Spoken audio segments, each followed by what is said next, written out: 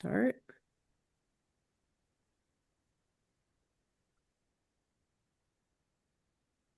Let's see. Welcome, everyone. We're excited to have you here. We're just going to give folks another minute to gather. And in the meantime, if you want to put in the chat where you're joining us from, we always love to know. I'll just say my name is Daphne Lazar Price, and I'm the executive director of JOFA, and I live in Silver Spring, Maryland. And it's great to have our guests here tonight. Um, we'll just give it just another minute, and then we can go.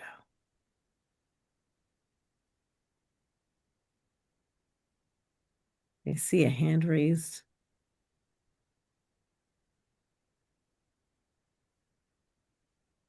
There we go. I think the chat is enabled. Let's say hi, everyone. Oh, it's to the hosts and panelists. Can we do it to everyone? Everyone. Hi, everyone. Welcome. Great. Okay. So I think we're going to start, and people who join late will catch up.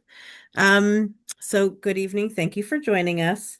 We're grateful to have you here for a conversation about Bat Mitzvah, not just an event, but it's a moment of becoming. And for many families, the Bat Mitzvah arrives carrying both excitement and pressure, and it's a real milestone, dense moment with meaning. It's a shift in religious responsibility, a public moment of recognition, and often a reflection of communal norms and expectations. And for girls in particular, the path to marking that transition has not always been clear, consistent, or equally supported across communities. Tonight's conversation starts from a simple but powerful question. What are we trying to mark when a girl becomes a bat mitzvah? Is it a mastery of a skill? Is it public visibility, personal growth, connection to Torah, a sense of belonging? And ideally, it's all of these. But communities and families often find themselves navigating trade-offs between tradition and innovation, aspiration and practicality, halacha and available resources, and of course, peer pressure in every direction. I don't want to monopolize our time because we have these two fantastic guests tonight. So I want to invite you to listen generously and to reflect honestly, and to imagine what it could look like for every bat mitzvah to be a moment that says clearly and confidently, you belong here, and your Jewish and halachic and adulthood journey is just beginning. So it's my pleasure to introduce our guest this evening. Rabbanit Yehuda Robinson is the founder and director of My Torah Tutor, offering personalized Jewish education for children, teens, and adults across all denominations and levels of background, with a special focus on B'nai Mitzvah preparation. She has guided over 55 students through the B'nai Mitzvah process, including those with learning differences and limited prior knowledge of Judaism. Yehudit collaborates closely with rabbis and cantors from all denominations to help create meaningful, individualized services that include prayers, Torah, and Haftarah readings, Megillot, Divrei Torah, and mitzvah projects. In addition to B'nai Mitzvah preparation, she provides tailored Judaic studies and academic support for public and private students, maintaining regular communication with parents and rabbis to ensure each student's success. And Rabbanit Shalhevet Cahana teaches Judaic Studies in the Jewish Leadership Academy, JLA, and previously taught in Manhattan Day School, MDS, in New York City for 6 years. I want to say JLA is in Miami, right? That is right. You're very lucky. To date, she has, given this cold, to date, she has taught in over 80 synagogues and campuses across North America, France, and Israel. She's a sought-after Kala teacher, which is an instructor of new brides, trained by Merkaz Eden in Yerushalayim. She is studying towards a doctorate in Jewish education through the Azrieli Graduate School of Jewish Education and Administration at Yeshiva University. Shalhevet previously studied in Maimonides School, Migdal Oz, Stern College for Women, and their advanced Gemara program called GPATS, the graduate program for advanced Talmudic studies. She lives in Miami with her husband, Rabbi Shalhevet Cahana. And before I turn it over to you, I just want everybody to know that one of the most frequent questions we get is about how to make bat mitzvah more meaningful. We actually have a Torah that we lend out that lives in the tri-state area. People ask us for resources or how to advocate to have a more inclusive or with greater recognition Bat Mitzvah in their home community. So I'm really grateful. And that's on top of the how do we do it well. So I'm really grateful that you are bringing your skills and your knowledge to this learning community. And I'm going to hand it off to you. I'm also going to share my screen so that we can follow along with your PowerPoint. Ravanit, Lazar Price, thank you so much for this introduction. It's an honor and a pleasure to be here. Oh, whoopsie. And I'm in a sensor controlled room, and I guess the sensor went off. First of all, it's important that to me that we open with a massive thank you. This wouldn't be happening without the support of Jofa. I should also acknowledge that Yehudit and I are siblings. Yehudit is the oldest in the family, and I'm the youngest with my twin sister. I'll open with the story that when it came time for my twin sister and I to have our bat mitzvah, Yehudit had the great idea of putting together a women's tefillah service, an experience that I carry with me very much to this day. It was back in 2004, and what she did is she recorded on a CD the laning. And every night before Shema, my twin sister and I would listen to this recording that Yehudit had made for us. Fast forward to when I was studying in Migdal Oz. It was the first time I was taking the leap to learn Megillat Esther. And again, I asked Yehudit, can you send me a recording? And the same thing, every day before Shema, I would listen to Yehudit learning Parak Daled. And eventually, that was my first time ever doing a women's Megillah reading. Today, a Megillat Esther is my favorite mitzvah. Yehudit was the one who showed me the path and started me down this path of women's tefillah and, broadly speaking, engaging in Benot Mitzvah. So I first need to really give a huge thank you to my dear sister Yehudit. It's an honor to be related to you. I'm so excited we're on this panel together. I'm also excited to be on this panel. I feel very honored to be with you. You've really taken the torch and have become a luminary in so many communities.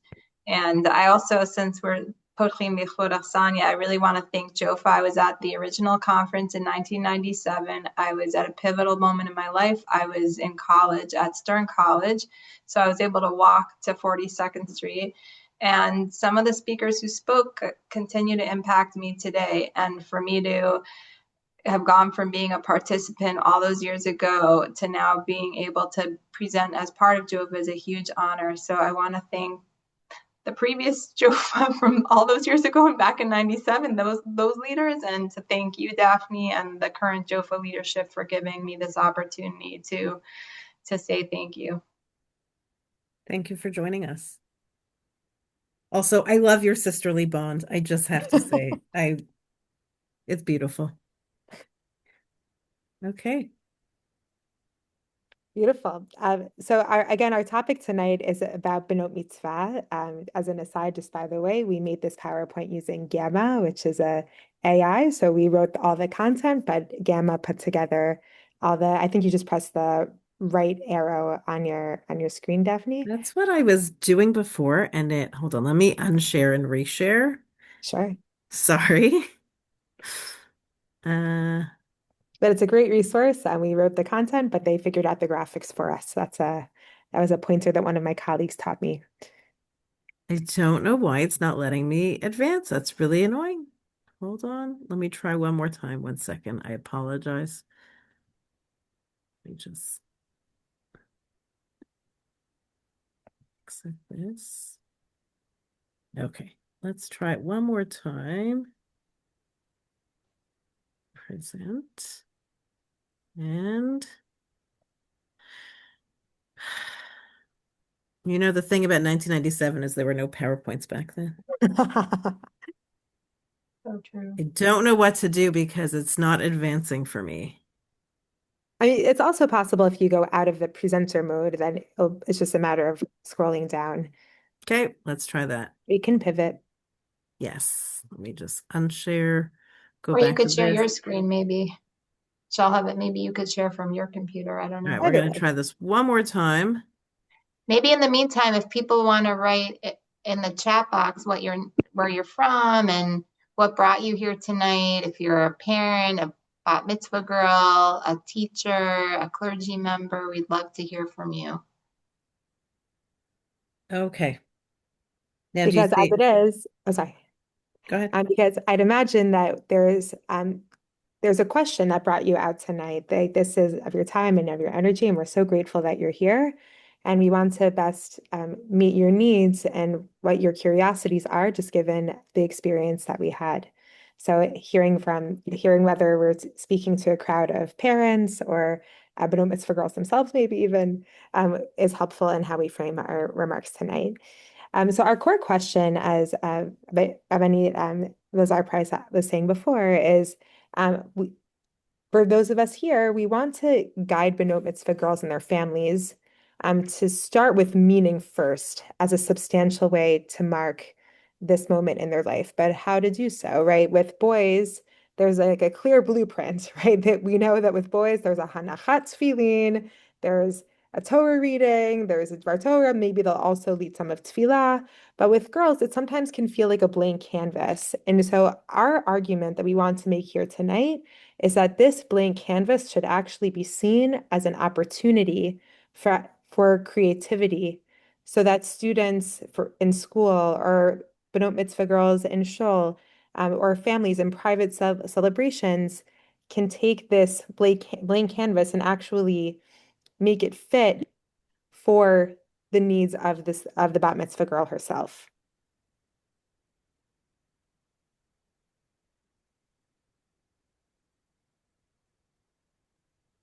We on to the next slide. Great. So there are a few values that we share or that guided us when we were creating this presentation.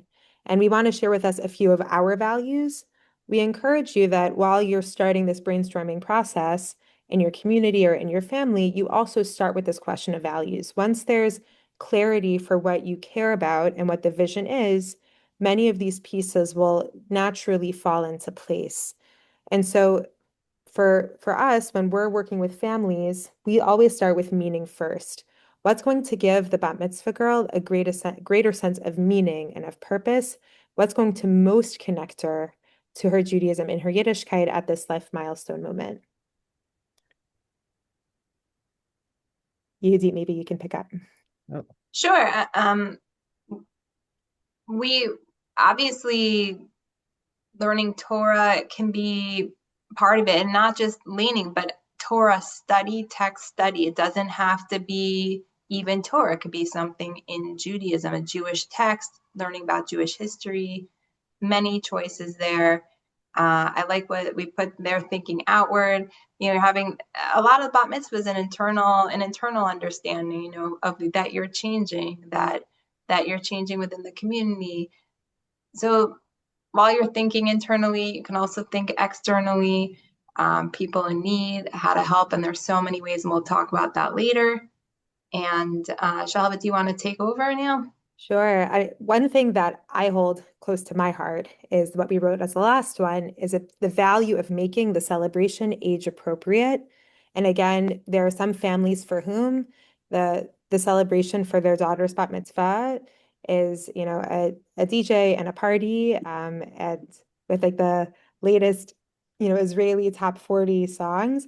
And that also has its own beauty and is special in its own way. I think the only question I would ask is such an activity age appropriate for the standard 11 or 12-year-old?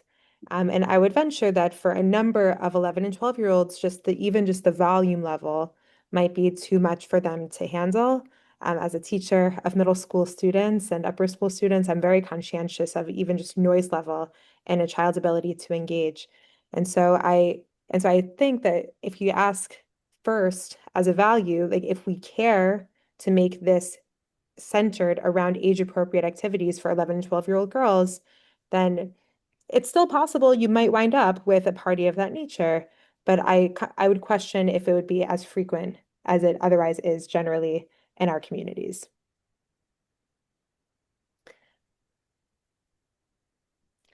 So bearing these values in mind, here are some approaches that Yehudit and I have done in guiding either the Manhattan Day School community or families and B'nai Mitzvah girls over the years in doing Yehudit b'chavod?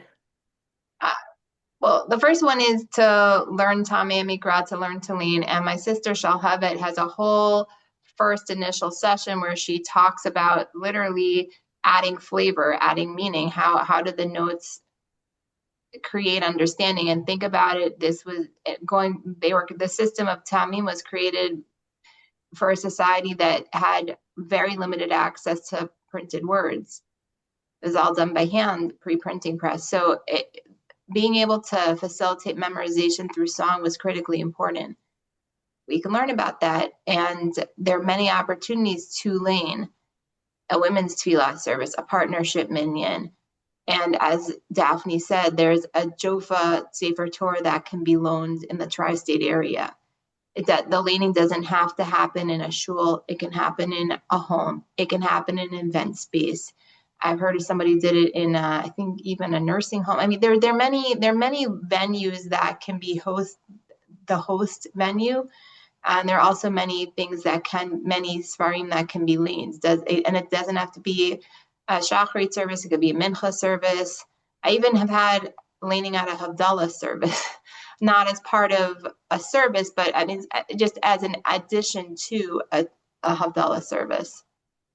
We say that in a Parshat Hazinu, kitvu lachem et hashira hazot, when we have the mitzvah of writing a Sefer Torah, it's called a shira because the Torah inherently is song. As Yehudit was saying in the name of Dr. Al Ziegler, before we were Torah readers, we were Torah listeners, and we were able to memorize the Torah through its song. So the way I often phrase it to B'nai Mitzvah students is that when you were in preschool and in kindergarten, you learn the Aleph Bet, and then when you were in first grade, you started learning Nikudot, but now you're becoming a Bat Mitzvah, and it's time to learn the third and final layer of the Torah, which is the music of the song. And it's literally called Ta'amei Mikra because a ta'am is a taste. And it's the difference for me between understanding the Torah in its black and white versus in color. When you start to understand Torah with its color of music, it transforms your understanding. As an aside, just because Purim is front of mind, I'll just share one way the Tamei Mikra literally gives flavor to the story. Think about, for example, why was Esther chosen? So the language of the pasuk is Uvhagia Torah Na'ara Na'ara Lavo El HaMelech Achashverosh. When it was the turn in each and every girl to go before King Achashverosh, the ta'amim are very loud and flamboyant. Uvhagia Torah Na'ara Na'ara Lavo El HaMelech Achashverosh. Whereas when Esther has her chance before Achashverosh, the language is identical, but the ta'amim are completely different. Uvhagia, Torah Esther, Bat Avichail, Dod Mordechai. With Esther, it's a series of munachim. Munach, munach, munach. It's soft and it's subtle. Esther doesn't need to be flamboyant. She just needs to be herself. She doesn't need to cake on all the other makeup that all these other women are doing, right? So this is a this is just one example of just how the Tamei Mikra helps the story come alive. And regardless of whether she actually does this for a bat mitzvah ceremony or not, I think it's extremely valuable and important for all people to know. And I think it's rather strange that 50% of the population, most women don't learn this before for their bat mitzvahs, but I really think that it's given how central it is to Torah. I think all girls, okay, this is my maybe going out on a Your limb here. soapbox, go for it. My soapbox, but my dream is that all girls would learn Tamei Mikra, regardless of whether they do so for their bat mitzvah. Beautiful. I just want to add that one of my kids' elementary school teachers did teach them Tame Mikra when they were learning how to read, like in the Chumash in elementary school. I just want to, just a little housekeeping note. I understand that the chat is disabled. I think that that's like a setting that happens when you set this up. So if you, there is a Q&A that you can put your questions, comments in that we can look at. So I apologize. Okay.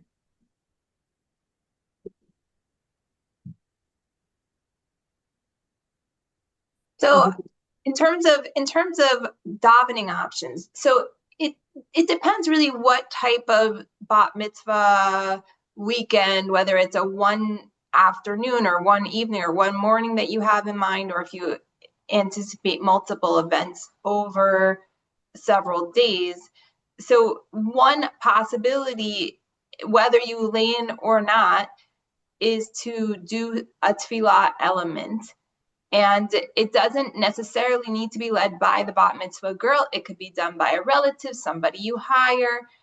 So we'll just give a few options here. A musical hallel, for those of you who haven't experienced it, you hire somebody, unless you have a musical family member or friend, to play. It could even just be one instrument, one guitar, and then accompany, again, the bat mitzvah girl or somebody connected in her life who leads hallel. And everybody can join along.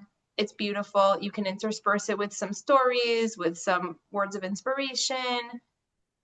That's one option. Another option is Kabbalat Shabbat. I've attended some that are really quite beautiful, even one back in the day by Neshama Karlbach in honor of a girl's bat mitzvah. It could be done again by anybody in the girl's life. Kabbalat Shabbat services are very popular. Do you want to do the last one, Shalhevet? Sure. I mean, a Havdalah service is also beautiful in the sense that part of becoming a bat mitzvah is that you're able to do mitzvot and be motzi other people. And so that's really the chap of boys to getting an aliyah, is that like, oh, that now that they're of age, then they are able to, now that they're of the age of majority, so now that they're able to get an aliyah. That's really the whole chap behind the aliyah to begin with. So then for a tefillah portion to do something that specifically highlights that she's in the age of majority, I think is very beautiful, because then it really highlights that she's now able to do mitzvot for others. So I think that's very beautiful about a Havdalah service. Again, what I really like about all of these tefillah options with musical hallel, Kabbalat Shabbat, or Havdalah is this is ideal for a child who A, likes high energy, likes lots of music, where there can be like tarbuka, we're able to have lots of drums. I once facilitated a bat mitzvah where they specifically facilitated strong band accompaniment, and we did a practice with the band, right? Because yes, she was leading, but it was like really facilitated a whole, like it was a whole experience. And we made sure that in how we structured the room, that there'd be lots of room for dancing because she wanted something high energy. But it was short and sweet, right? Like to learn like the tunes for Kabbalat Shabbat. Also, this will last her for a lifetime, right? A value for, I think what's a special value about learning these tefillot is that in learning it once for her bat mitzvah, every single month, for example, when it comes to Hallel or for Kabbalat Shabbat, hypothetically, every single week, she can think back to her bat mitzvah experience. That's quite different than, say, laning, where you can lane again at your bat mitzvah parsha, or for a boy, you can lane again for your bar mitzvah parsha. That's once a year, But this is really, this can bring back and reinforce those memories every single time. Yeah, I just want to note one other thing, that when you talk about girls who learn how to lane for their bat mitzvah parsha, they don't often have a chance to do it again, because if they've studied their bat mitzvah parsha, my shul, for example, does a women's tefillah every Shabbos mevarchim at mincha time. But that means that normally that the women's tefillahs are reserved for bat mitzvah girls, so they put all of this hard work into laning their parsha and then don't have the opportunity to really do it again, let alone once a year. Anyway.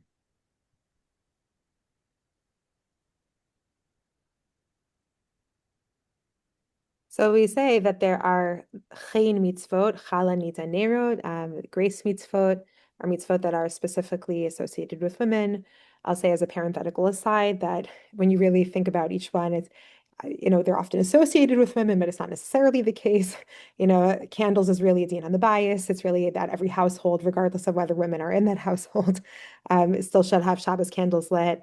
Challah is really just a din on the dough. So even like a baker in a bakery, male or female, should still take challah, So whatever, that's just my own nonsense. But regardless, though, these are still mitzvot that are often associated with women. And so it's a special opportunity to highlight that as she's becoming a bat mitzvah, to highlight mitzvot that really welcome her into the community of women. So I'll start with the chalabik, and Yehudit, maybe you can carry on. I once facilitated a bat mitzvah I have a girl from Manhattan Day School, and it was amazing. She and I did some really serious learning about challah. So we first learned the story in the Torah about the man, and then we learned several halachic sources and pnei halacha about how the challah that we have at our Shabbos table is zecher laman, and even the challah board and the challah cover are meant to be recreations of the miracle of the man, and how we have lechem mishnah just like the man, or the minhag of having the sesame seeds is also meant to be a symbol like the man themselves. So we did a lot of learning. She wrote a thoughtful Dvar Torah, and for those in the New York area who are familiar and may remember, the challah fairy, the family then hired the challah fairy to lead the challah bake. And then the bat mitzvah girl said the bracha of hafrashas challah. And then what was amazing is in the merch, the truth is the family didn't have so much merch, but what they did have was a bencher, and the bencher had Birkat Hamazon, and it had the challah fairy's recipe for challah. And the truth is, whenever I make challah on a weekly basis, I actually still use that same bencher. So that was it was a very memorable and very effective challah bake, I have to say. Wait. So for candles, actually, why don't you talk about this one? 'Cause you experienced this one, right? Yes. So I Okay, so also did a bat mitzvah and also led a program recently at JLA around Shabbat candles, where what we did is we bought these on Amazon, where we purchased these they're called votives, these glass candle holders, and we provided gems and super glue and acrylic markers, and then everyone was able to make their own Shabbos candle holders that were beautiful. We also provided bubble wrap so they could carry it home. And then in the goodie bag, there was a framed card with the bracha and the Yehi Ratzon. It's like there's a tchina for Ashkenazi women. There's a famous and popular tchina, like a prayer that we say after lighting the Shabbos candles, hoping for our children to bring more light into the world. So that was very, very special. And I'll piggyback. We wrote Sudat Aminim. I'll get to that. But for anybody who's celebrating a bat mitzvah around this time of year, you can also do a Tu B'Shvat Seder. That can also work there. Also, very lovely. And it's a similar concept, but not quite the same. Sudat Aminim is a Sephardic tradition that Ashkenazim are welcome to import into their bat mitzvah ceremony if it's helpful. And the idea is that different groups sitting in a circle make a bracha, and then the rest of the room answers Amin. So section A says the bracha, B, C, D says Amin, and then they rotate for each food. And a teacher or facilitator will explain some deeper significance around some meaning that's extrapolated, whether it's for health or parnasa or something that's connected, associated with each bracha, and sometimes participants can be offered the opportunity to share their reflections.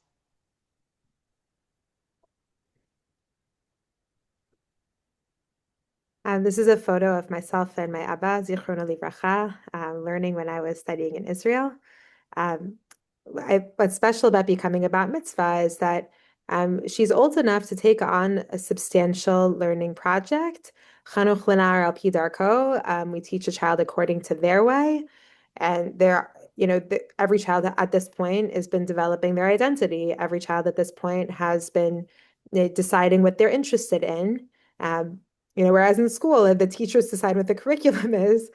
For her bat mitzvah, she should get a voice in what she's learning, or not learning for that matter. And so there are so many different projects and so many different angles. I once had a student who was very interested in animals. And so she and I did a deep dive into Parshat Noach and Sefer Yonah. And for her Dvar Torah, she did a comparative analysis, and it was rather perfectly timed that her bat mitzvah fell out on Rosh Chodesh Elul, which is Rosh Hashanah LeBehemot. So that was her, but she really directed the learning. And I know Yehudit, I'd like for you to pick up on what you and your husband did with your daughter Rachel. Well, it's really my husband. He took on a father-daughter learning project for about 2 years, maybe even a little more. They studied the Mishnayot and Seder Moed, and then at her bat mitzvah in shul on Shabbat morning, she did a siyum on the Mishnah. They did it together, a siyum on the Mishnah of Seder Moed, and in her Dvar Torah, she was able to explain what the Hadron prayer is, and then recite it. And then my husband said the Kaddish, and everyone stood up, and it was a real moment of. I felt honored to be her mom. And I would recommend it. But right now for my other daughter's Bat Mitzvah, my husband has been learning Nevi'im Rishonim with her. So again, I really think there are many ways. She didn't want to be a carbon copy of her sister, and that was fine. There's so much Torah out there, and there's really something for everybody. If you think you're going to connect more with one aspect of Judaism, go for it. I should also add that there's a value not just in parent-child, specifically within one nuclear family. When appropriate, it's also valuable to bring entire school communities or shul communities together. So I know, for example, Englewood has an annual trip of mothers and daughters to Israel that is very learning intensive and very Israel hands-on intensive.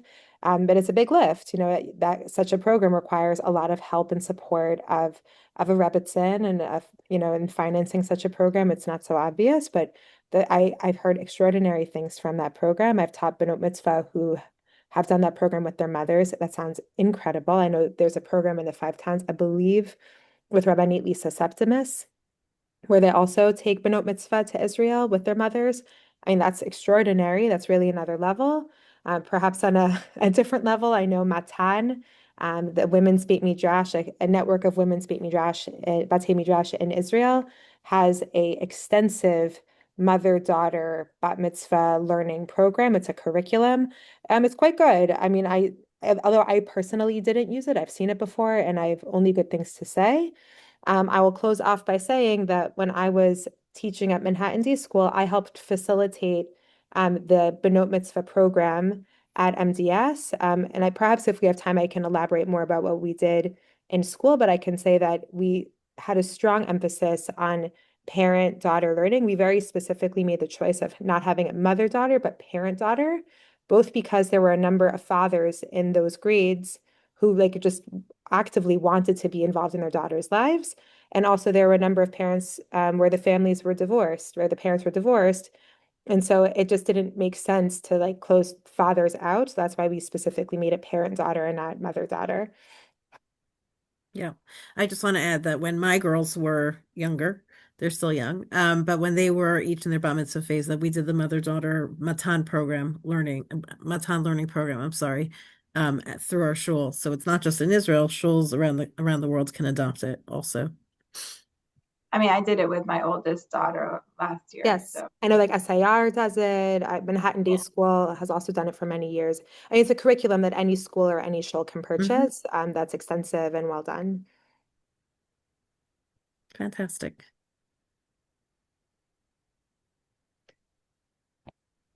So here we have several chesed activity ideas that we have seen or are supported with our own bat mitzvah students. The message you should take away from this slide is the sky's the limit when it comes to chesed activities. Yeah. Just like there's an inherent value in a bat mitzvah girl deepening her own Torah learning, which is really bein adam lamakom, and on some level bein adam la'atzmo. There's a very strong value of also developing her sense of bein adam lachavero, of connecting herself to the greater community. Something I learned from my chavruta and former head of school at Manhattan Day School, Raisi Chachik, is she said that every child is born with their hands clenched closed, with the babies have a very strong grip. But she said the process of becoming an adult is learning how to open up your hands. It's about helping other people. So to that end, having the bat mitzvah girl really take on a project. And it's not that it's oh, her parents are taking on the achrayus for her, that her parents are doing it for her, but she really takes on a sense of accomplishment and responsibility is really important. So with that, Yehudit, if you can carry on. Yeah, Daphne, did something get cut off on the top of that slide? Oh, here, Okay, this I one? just want to leave this so people can see this. This organization, RA Boot, there is a page really all about volunteer opportunities from literally A to Z. You pick a category: animals, homeless people, sick children. But these are just a few examples of limitless opportunities. And if you don't like anything here on the website, so if you have the idea to do a mitzvah project, so come up with your own idea. But some of these boots for Israel, to have a packing party, to package the boots, bag boots, I guess they go in duffel bags to Israel. Clothing drives. For people who are in the tri-state area, Yad Leah is an organization that has a warehouse in Passaic. People have had their bat mitzvahs there. They help sort and pack boxes to go to Israel. Which ones have you done, Shalhevet? Some of these I believe you've actually Yeah. experienced. Why don't you share the ones you've experienced? Sure. So I've helped out with a bat mitzvah where the bat mitzvah girl, it was actually during coronavirus. So we weren't able to formally gather in large groups. So I thought it was quite wise what she did. She made these specialty soaps, which was like a bit beyond my pay grade. I didn't quite understand all of it, but she figured out how to add all sorts of really fun fixings like lavender and charms and whatever, but she took the effort of like learning how to do it and how to make it in large batches and how to package it in a beautiful way. So she took on this big project and then she, made it and then sold these soaps to people in her community, and all the proceeds went to an organization in Israel.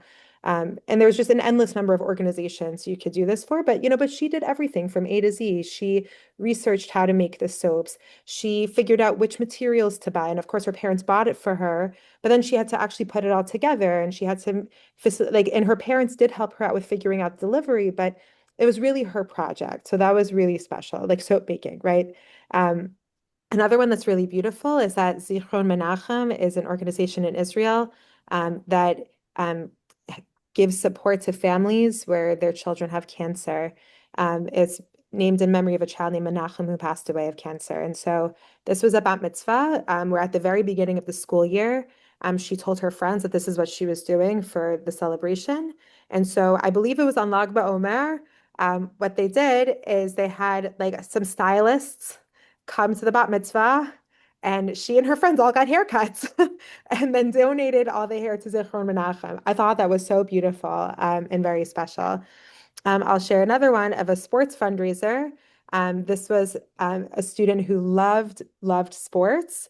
And so what she did is she facilitated, and she also was like a high energy kid. So she facilitated with this, her parents had to help out a lot more.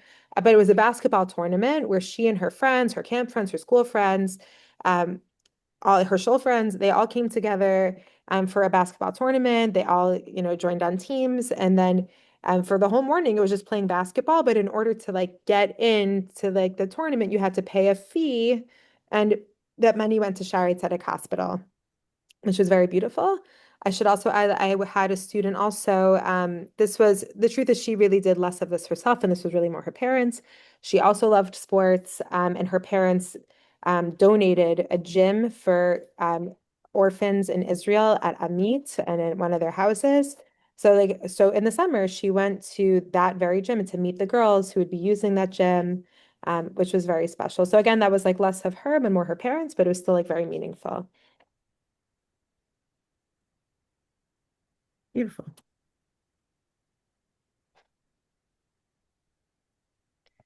Oh, this is a nice one. This is a nice opportunity. And some of the things that we're suggesting, you can pick, you know what I mean? It's not like all or nothing. Just but pick whatever speaks to you, or adapt to whatever speaks to you. Women's circle or blessing circle. We did this, I got the from a parent who shared it with me in my daughter's class, to invite special women in the life of your daughter and give each one the opportunity.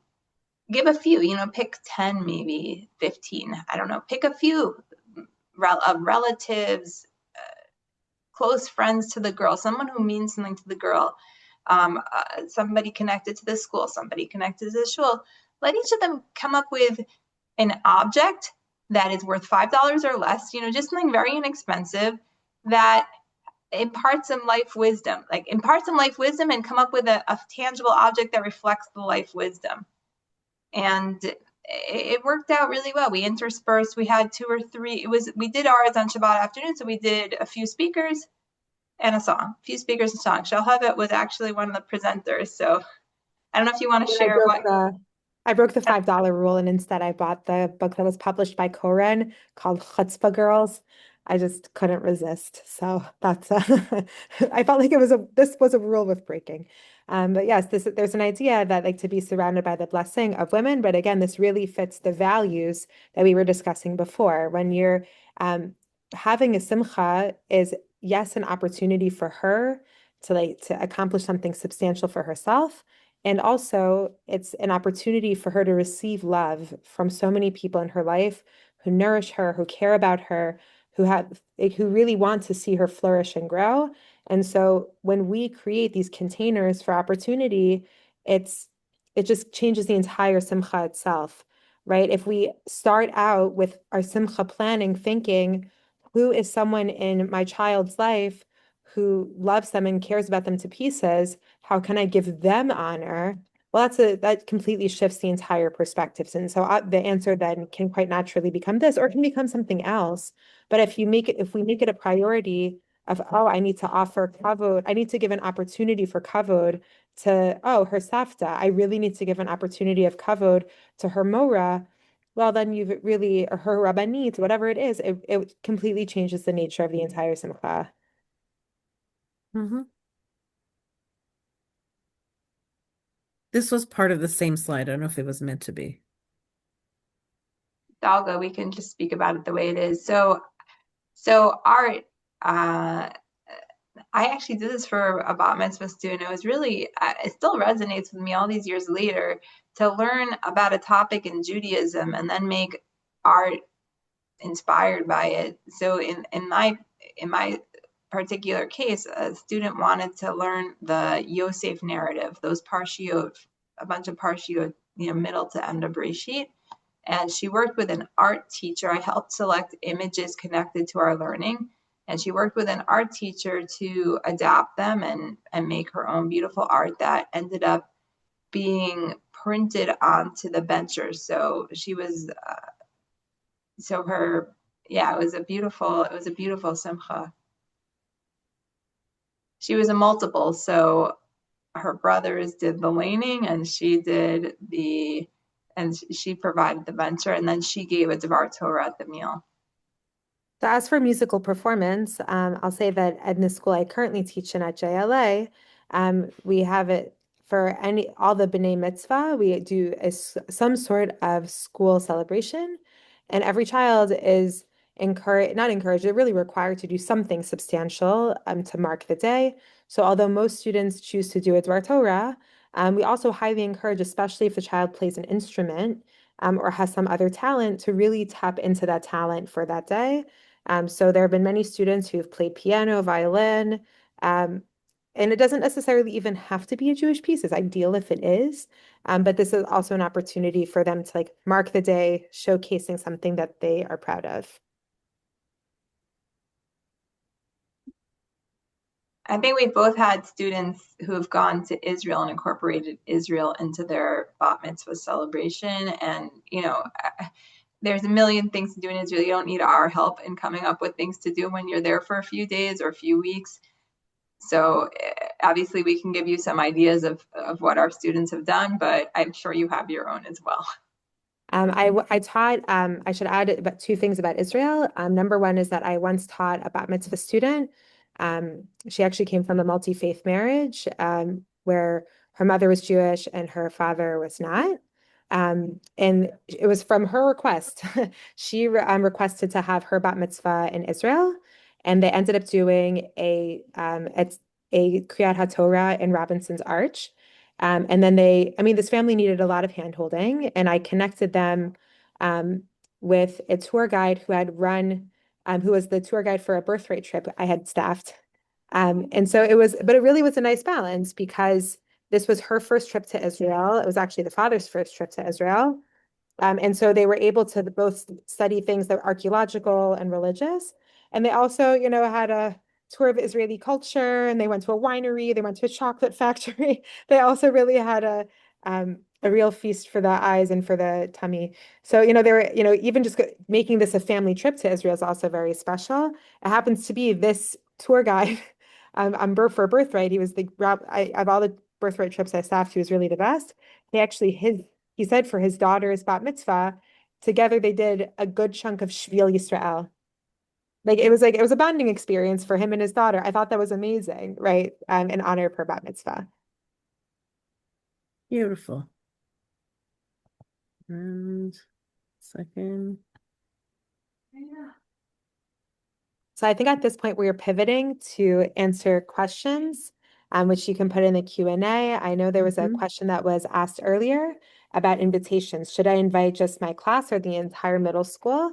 My class and middle school are small. So, I mean, the way I'm interpreting that question is, there's a bit more context perhaps that's needed, but the way I'm interpreting it is what kind of size do I want for the simcha? And is it only necessarily women coming, only girls only, or mixed gender? And so I think there could be another number of factors for it. So again, I think this goes back to values. What's going to bring the bat mitzvah girl the most simcha, right? So what's going to give her the most kavod, what's going to give the people in her life the most honor. So even if my intuition is the more the merrier, because I like being in large groups, that's not necessarily the case. Sometimes bat mitzvah girls are more quiet and private, and actually it would bring less kavod to the girl to invite more people. But I would say that my concern is around exclusion. What I am scared about is sometimes when it comes to these invitation questions, you can really wind up, unfortunately, there are far too many stories, and use your imagination, of these invitation questions causing a lot of pain, mostly to the bat mitzvah age girls themselves, the sixth grade girls themselves, or for bar mitzvahs for the seventh, eighth grade boys themselves. Sometimes it can cause a lot of pain and suffering. Agreed. I think the person who wrote the question may have been the child, like the celebrant. So it's possible that, if you are a bar bat mitzvah kid yourself who's writing this, that it would be appropriate to, discuss it further with the adults in your life. And it would really, again, just depend. Certain thing you might end up inviting certain people to certain things. Like, for example, for my daughter's bat mitzvah weekend, we had a Friday night dinner that was just for out of town family and friends that were being housed. You know what I mean? And then we invited the entire shul to a kiddush and Shabbat morning. And then we had a very much more smaller women's tefillah service in the afternoon. And then, you know what I mean? So like each element can be, you can invite different groups, different things, but also if you go to a Jewish school, you will probably have an in-school celebration, something. Most schools will do something that it won't be, so there is a way to invite different people in your life to different pieces of it and celebrate that. We have more I should questions. also add that some schools have policies around this where they say it's either like all the boys, or it's either all the Right. girls, or if you're going to invite, if you want it to be with mixed boys and girls, you have to invite the whole grade. It can't be that you just invite some people and not other people. I understand once you're a teenager and your birthday parties look a little different, so then you can invite your close friends. But when it comes to B'nai Mitzvah, the assumption is that it's meant to be more of a communal celebration. So there's another question in the chat asking for resources for parent-child learning that are accessible to a 10, 11-year-old and a parent with a more limited textual background. We actually get this a lot. There are so many that really, I think what I would say to you is think about what is of interest to you. It sounds like an adult is suggesting this. So I would say the adult, think about what interests you, talk to your kid, think about what interests your kid. And there's so many different modalities. Look, when we were growing up, when we were children, right, it was all about printed text, printed word. Now there are podcasts. Now there are very interactive videos through Olive Beta, other places as well. That's Aleph, Alef, Beta, Beta. So Aleph Beta has a lot of resources, but so many organizations, Safari, you can get a ton of stuff off of Sefaria, Sefaria, and other websites as well. So, but also I'm sure Jofa I'm sure Jofa has stuff on their website, right, Daphne? So Mhm. Jofa has links as well, but if you just do a little digging, it's a vast rabbit hole. So it really just starts with thinking about what is that you'll enjoy learning and that your child will enjoy learning. So it's a build off of Yehudi. What you're saying is like what are specifically YA, like young adults Torah learning opportunities that we can offer or suggest. So like what is specifically young adult. So I would say number one, I completely concur with it, what Yehudi said about Aleph Beta. What's cool about Aleph Beta is that on the one hand, it's Torah TV, so it's very visual. Um, and also it's sophisticated, right? Like for example, when I teach Aleph Beta videos in my classroom at JLA, so again, I'm teaching students who are very intelligent, but often come from little to no background in Judaic studies. So often we like watch a piece, then we pause to discuss it, watch a piece, pause to discuss it, or sometimes it makes sense for the students to pre-watch it at home and then we watch it together as a class, if that makes sense. But I'm saying it's very content rich, right? Yes, it's Torah TV, and also you're not compromising on teaching strong content. The second is that Koren has been publishing some extraordinary books that are very specifically geared for young adult audiences. I cannot recommend it more highly. For example, Koren I think 2, 3 years ago published a graphic novel, Megillat Esther. I was about to In fact, plug this. Yehudit, I was also About going to. to say it. in fact, my sister Yehudit was the one who bought it for me as a gift um, at the YU Farm sale. And so I can't even begin to tell you. It is it's a work of art. I mean, it's clearly meant for a young adult audience in terms of the graphics. Um, but it's also so sophisticated and nuanced that it's like a feast for the eyes for an adult. The translation is accurate. So that the graphic novel series, they have both for Megillat Esther, the Passover Haggadah, and they also have a Sefer Yonah. I'm telling you, like that's a great place to start. It's visual, so it's easier for a 10, 11-year-old with limited knowledge to access. Additionally, Koren has Mishnah that's geared for young adults with lots of pictures, right? To guide the understanding that I've learned also with Yehudit's younger daughters, right? Even when they were, in lower elementary, I would learn Mishnah with their daughters using the Koren set. So I cannot begin to recommend enough Koren. Mhm. They're doing excellent work. Yeah, and the artist of the graphic novel is a fellow named Jordan Gorfinkel, and like this is his joy to do this. I'm trying to think if I have um I guess for me, the big question is it's really important to invest all of this in making the bat mitzvah girl feel special, to make the moment feel meaningful, and to make her feel connected to community. Um, is there a trick to keep that energy going beyond the bat mitzvah? Beyond the bat mitzvah. Ooh, that's a good one. Yes, I think that we also have one more question, so I want to try to get to it too. But just to answer Daphne's question, yes, and I think this is where I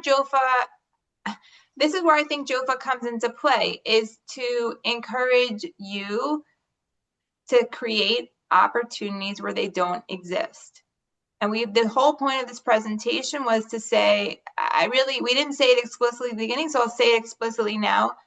Don't say that I'm limited because I live in this location Hmm. and my community doesn't have the infrastructure to do X, Y, or Z, or somebody is going to be offended because I did X, Y, or Z. There are so many options here, and you can connect at so many different access points. You can find something that can bring joy to you and your daughter and your family and your community where that people can rally around. So I'll just give an example for my daughter's bat mitzvah. We had certain religious parts in two shuls because certain things were going to be really great for one shul and certain things were going to be really great for another shul. It was fine. We walked from location A to location B. It was great. We brought out the best in everybody. In each location, we did something that really celebrated that community, and and hopefully you can do something similar. But moving forward, so let's say you learned how to lane a mincha service. So Purim's coming up. Learn to lane Megillat Esther, or you did a study project and you completed it and you did a hadran. Okay, so let's take on a new project. You did a chesed project. It went really well. You were super pumped up about it. Great. So let's come up with a new challenge. You're more sophisticated now. You have that experience behind you. You've got some leadership in you. So let's bring it forward.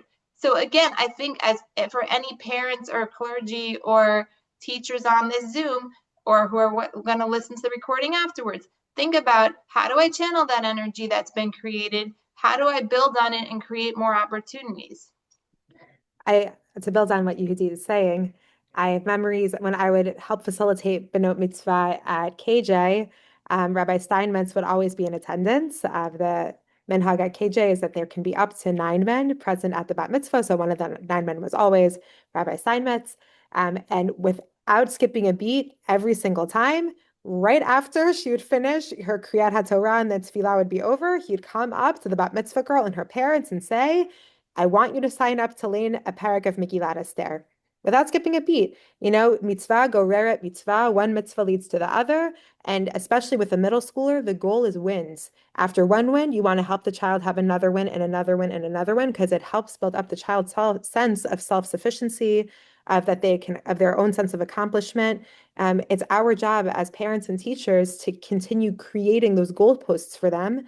And eventually, because we're helping them be on a path of Torah, mitzvot, and chesed, then the goal is that eventually by the time they're in high school, they can already start to accomplish some amazing chesed projects. Like think about it. We all know teenagers in high school, sophomores, juniors, seniors in high school who've accomplished extraordinary chesed. I'm thinking about like in Chicago, like a community refrigerator in memory of Hirsch Goldberg Poland. I mean, there's so many chesed things that teenagers do, but where did that seed start? The seed, I'm sure, started from B'nai Mitzvah projects where those students realized, oh, I actually can accomplish something. I also just want to say one or two additional things that I didn't say before. I know here on this call, our clergy, B'nai Mitzvah girls themselves, their parents. Something also to put out there is that it's wonderful that you are individually here. On some level, there needs to be a greater communal conversation, especially among the parents within a grade. If parents in a grade are united about certain values or expectations, it makes things go a lot smoother. So my recommendation always is that schools, ideally on back to school night, have a gathering of all the 6th grade parents for the bat mitzvah girls or the 7th grade parents for the bar mitzvah boys. And it's back to school night. They should come an hour early. And this is where the principal, the administrators make clear and explicit expectations. That's the best time to do it at the beginning of the school year before anyone's had a bar bat mitzvah. Among those expectations, sometimes these things need to be explicit. Be explicit about what dress code expectations. One time I went to a bat mitzvah and there was a child from the school who was wearing a sweatshirt, completely inappropriate, right? Expectations around cell phone use. My recommendation, every family gets to choose otherwise, but my very strong recommendation is that the children, just like in a classroom, the children come in, the student, Benot Mitzvah girls, they walk in, you drop off your cell phone, you get it back when it's time to leave. But if all the parents are united on this, then it's fine. But otherwise, what's inevitably going to happen is parents spend thousands of dollars, and then all the 6th grade girls are going to be spending their bat mitzvah on their cell phones in the bathroom, and that's just like a waste of money and just a shame. But if you create a structure and an expectation, no cell phones, for that matter, no cell phone for the adults either, for that matter, right? But if you create that expectation and you create that rule, then it just changes the nature of the entire simcha. Creating an expectation where you actually you have to teach the girls to wish the other girls mazel tov, right? Sometimes these things aren't obvious, right? But imagine the parents created a whole ceremony and a whole party, but the girls haven't been taught to even wish the other girls mazel tov. You have to teach them, right? So when you create these expectations and you make it blanket for the entire grade, it really solves a lot of problems afterwards. And I'll close with the saying also about gifts. What kind of gifts do you choose to give? Listen, I grew up in Boston. I grew up around a bunch of nerds. So the most common gift that I got when I became a bat mitzvah girl was books. I got Svarim. That's what I got as a bat mitzvah girl. That's not a nerdy thing. Well, actually, speaking about books, we had one final question I just want to briefly address. Somebody asked, are there any books on a guide on how to plan your bat mitzvah you might recommend? I would say in this day and age, not a book, but a lot of people are getting ideas off of AI. But I hope that what we've shared is a springboard.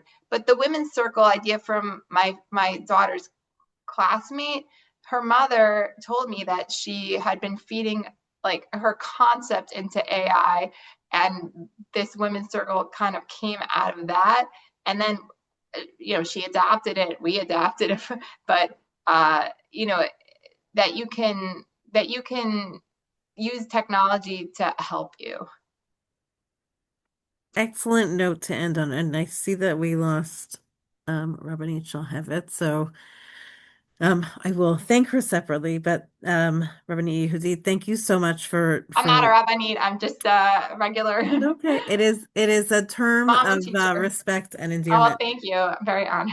Um, thank you for sharing the slides. I think it's okay for me to share them with the audience. Is that correct? Yeah, I think she's coming. I think Shalhevet has Okay. reappeared or is reappearing. I don't know what Is happened, but reappearing. Here she comes back. yeah, she's literally it's just materializing. My apologies. My Zoom kicked me out. Okay, I'm back. I'm sorry about that. It's okay. I was just thanking you both for leading this incredible conversation. My phone is actually blowing up with text saying how amazing this was. I really hope that families and girls and teachers and bat mitzvah educators and shul rabbis and you name it learn a lot from this conversation about what's possible for our Benot Mitzvah and how important it is to invest in them. And thank you to our guests for joining us this evening. Thank you so much. And thank you to everyone who's watching afterwards as well. Yep. All right. Thank you, everybody. Have a great night. Of Have a course, good we're all night. an email away. Kol tuv, everybody.